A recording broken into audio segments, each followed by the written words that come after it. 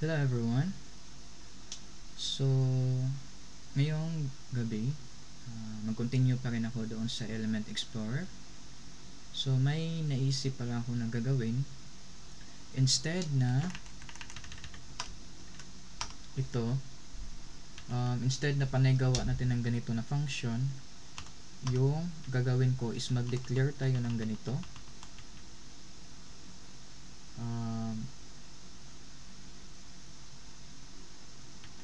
Ganito. So, and then after nyan, i-import na lang natin yung headers para ma-reuse to. So, first natin gagawin,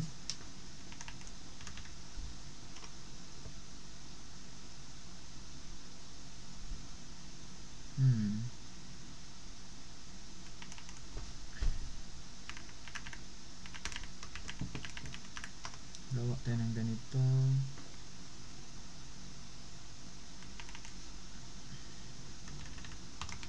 I think pwede to. So, nag-research na pala ako. Pero,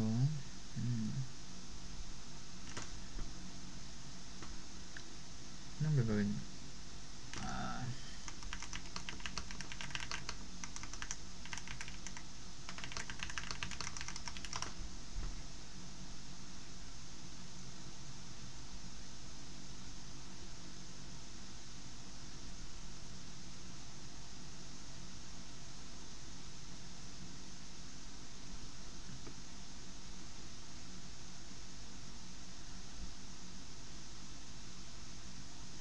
Ito. Ang gusto ko to.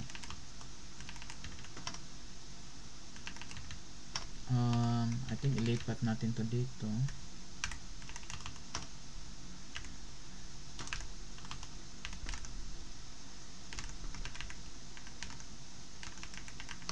And then,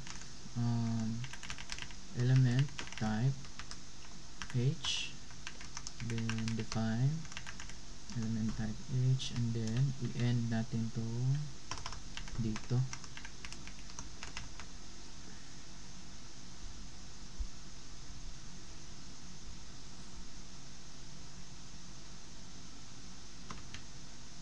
Right? And f, and then paano ba to? So tanggalin na natin to.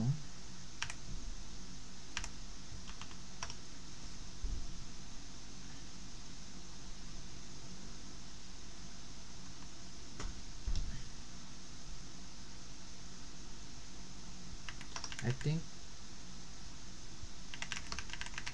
pwede natin to siyang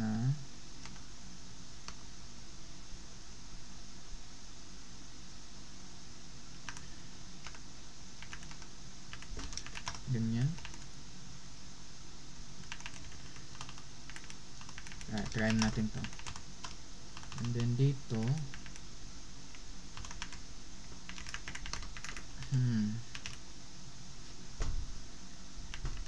element type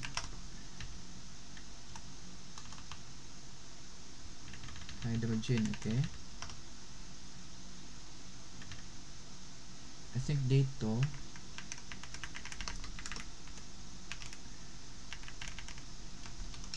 type H,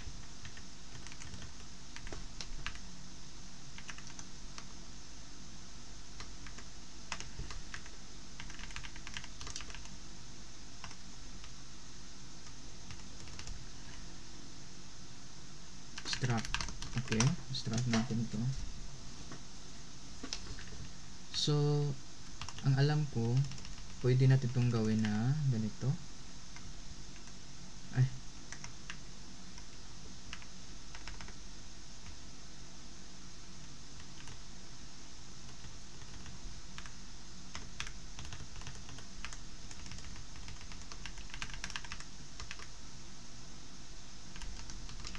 Yun.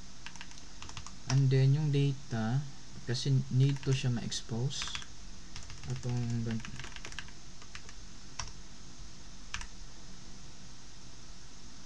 so ganun. And then gawa tayo ng headers ito. So same pa rin. Paano ba yung mag-import mo? ifn def pala. ifn def element data h define element data h. So dapat kasi i-import natin yung element type dito. So ang gagawin natin, hindi siya ganito. Ano ba yun? Extern pala. So magagamit to yung hydrogen na data outside sa hydrogen data.c na file.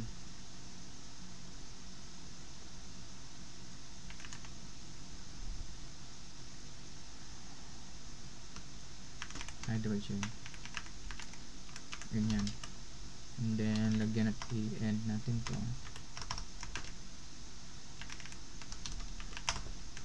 So nag-research na ako to kanina kasi na-curious talaga ako dito sa headers.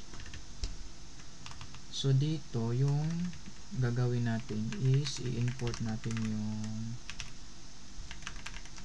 elements and then element data and then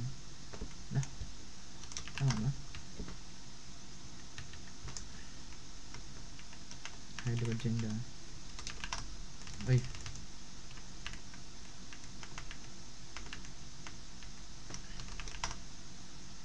Ayun. So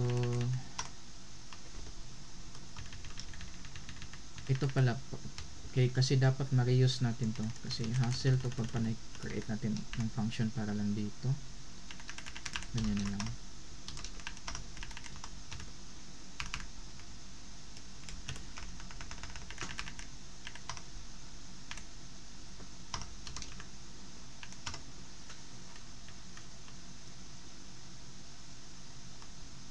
So check natin. Oh no.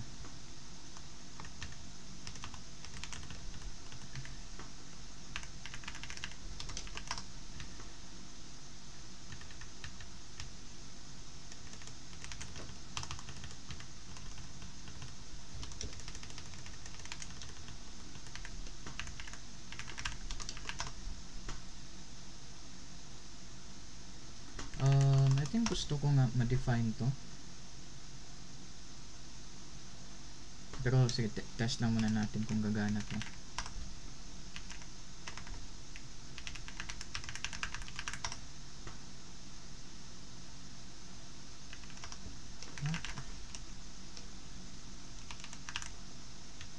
Hydrogen is red only lang daw. How come?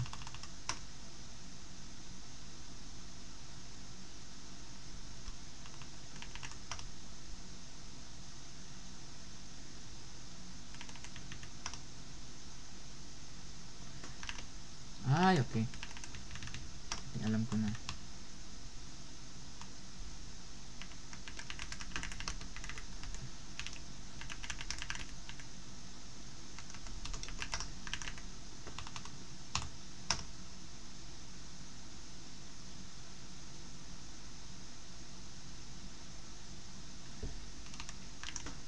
Why? Data daw.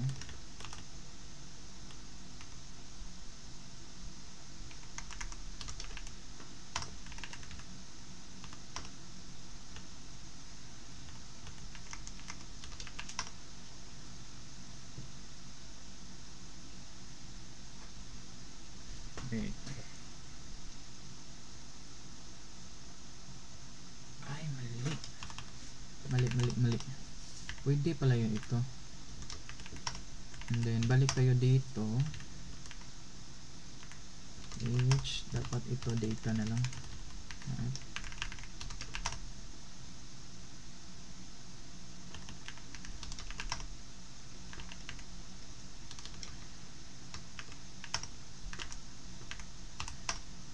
Yun. So H, yun, gumana siya. So next natin gagawin,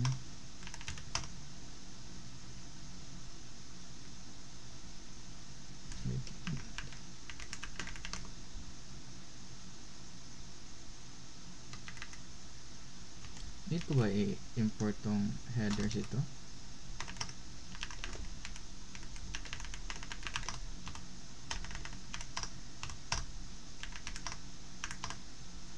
Okay lang siya.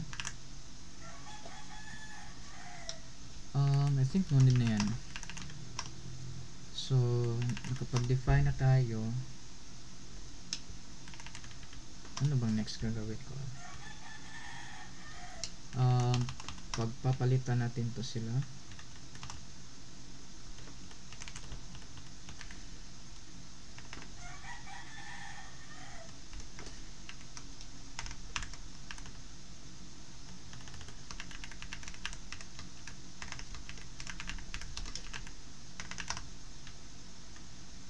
And then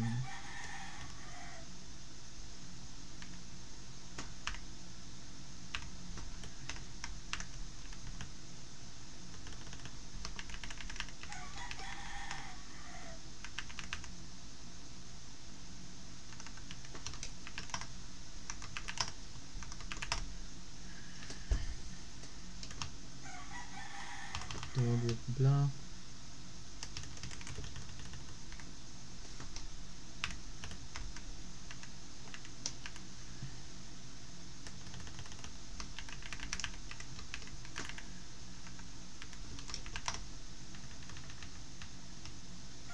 Atomic mass.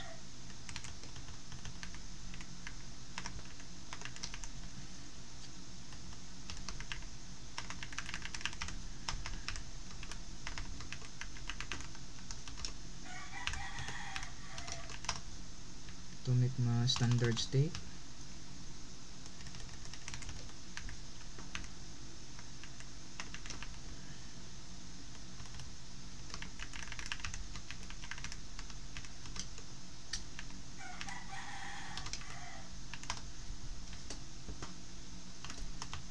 Electron configuration.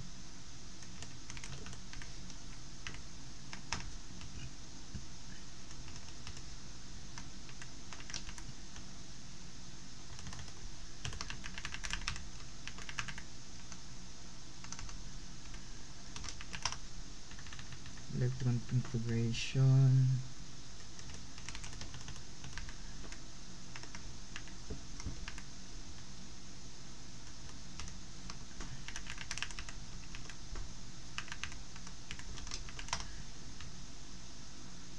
Oxidation state.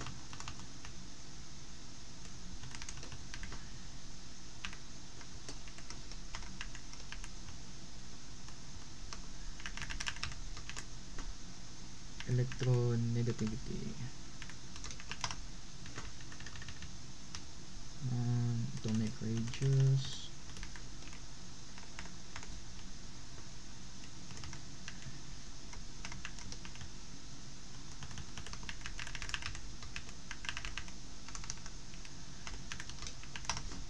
Atomic radius. Ano pa to? Ionization energy.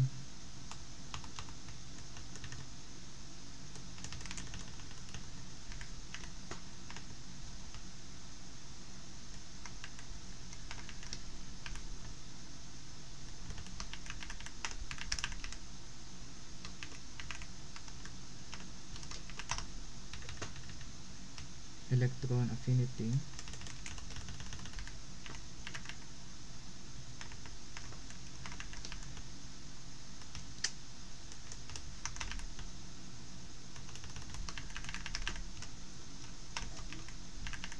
Electron affinity.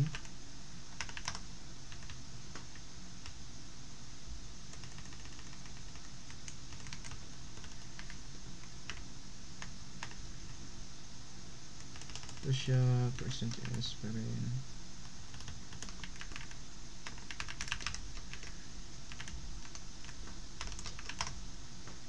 Point. Ito density.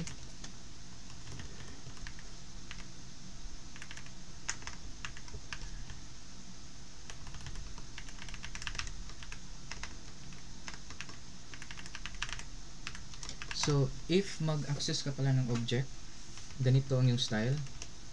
I think pwede din siya based dito sa na-research ko. ganito, pero na-considered kasi siya as pointer. So I think not sure kung kailan gagamit ng dot or kailan gagamit ng ganito. Kasi pag i-dot ko siya, I think mag-error to. I don't know. Na isa pointer. So pag pointer siya na structure, gamitan mo siya ng ganyan.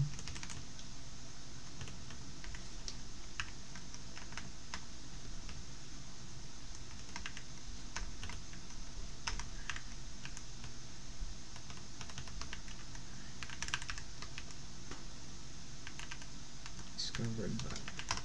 Yun, okay na.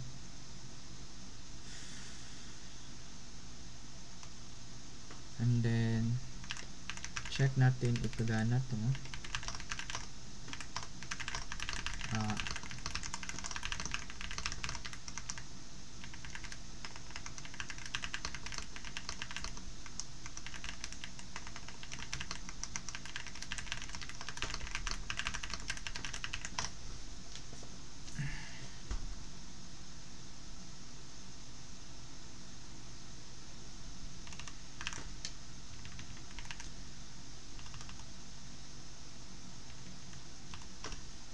So pag structure lang pala siya, ganito lang. So no need ka na I think pag structure lang, pwede mo na siya i-define dito agad. Or I don't know, wait lang ha. Check muna natin, make sure na wala siyang error. Hydrogen. Ayun, gumana naman siya. Hala, yung last wala siyang yellow.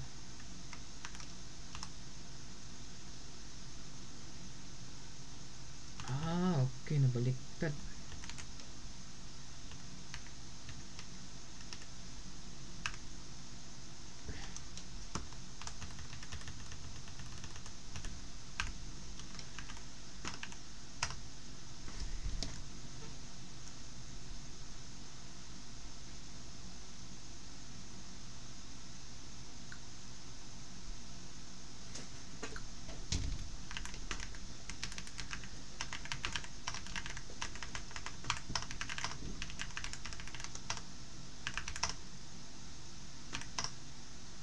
Ay, wala siya.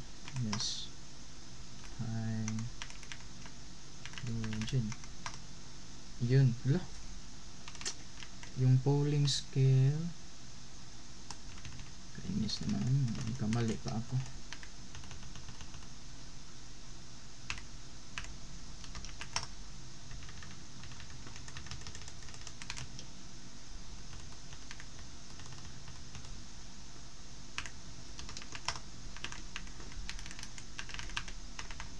Wait.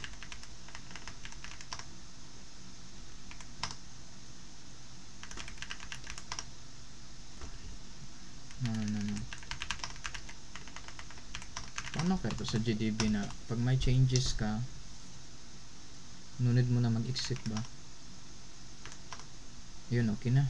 Okay na. So, sa future nito, pag magdagdag ako ng bagong element, dito ko na lang siya ilagay.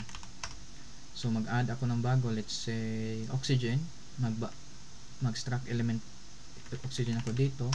Tapos, i-extern ko siya dito para magamit siya sa main. Let's see. May gusto din akong gawin. Paano ba to?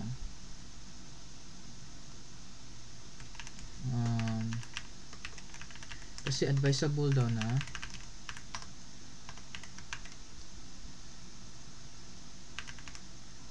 def, so pag macro get element details h define h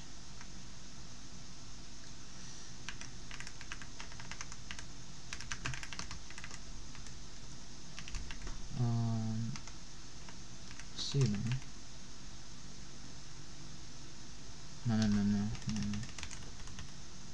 should be get element details, then and F.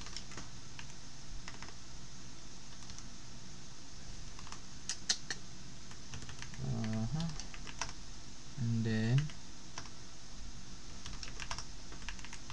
dito kung kasi to si is hydrogen, mag-return siya ng int. Extern pa rin, no? So extern and C.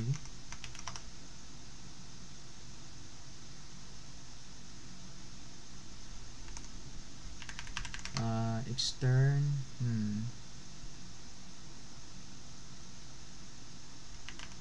is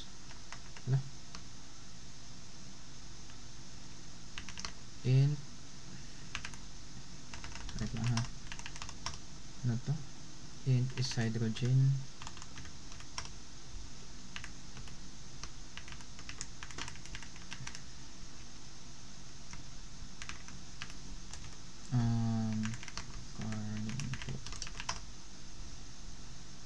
then extern void get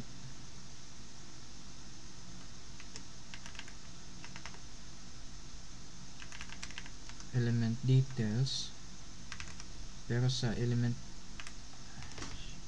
tama ba? Alam ko mali to. Ayun, yun.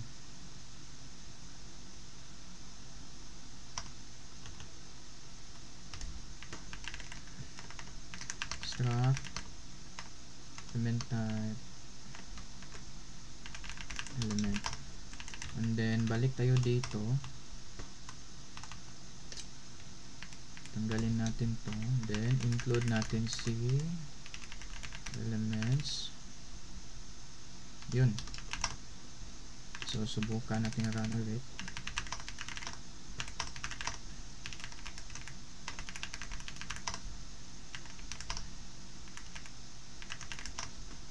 Ayan, gumana na siya. Medyo na excite ako sa C language. Interesting talaga siya yung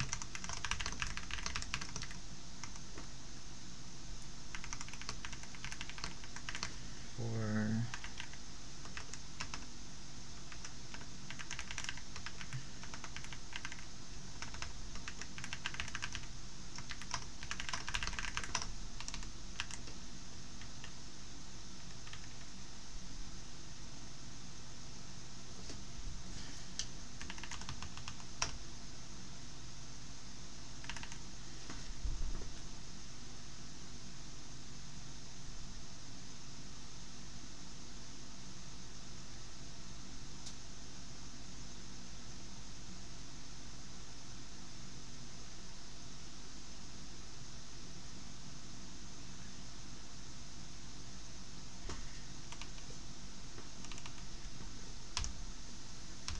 so I think ito lang siguro ngayon kasi malapit na alas 12. So recap ko lang, napagana na natin yung debug,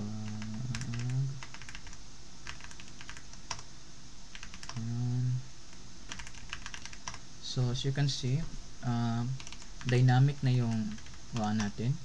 So instead na mag-manual mag-create tayo ng get hydrogen details, get oxygen details, ang gagawin na lang natin, mag-add tayo ng bagong structure dito, let's say for oxygen, and then gamitan natin extern dito para magamit siya sa main.c. So I think sa next na video mag-add ako ng bagong data dito for and then itry ko siguro na instead na mag-import ng C ganyan, headers na namin import. I think ito lang muna sa ngayon. So thank you for watching everyone, and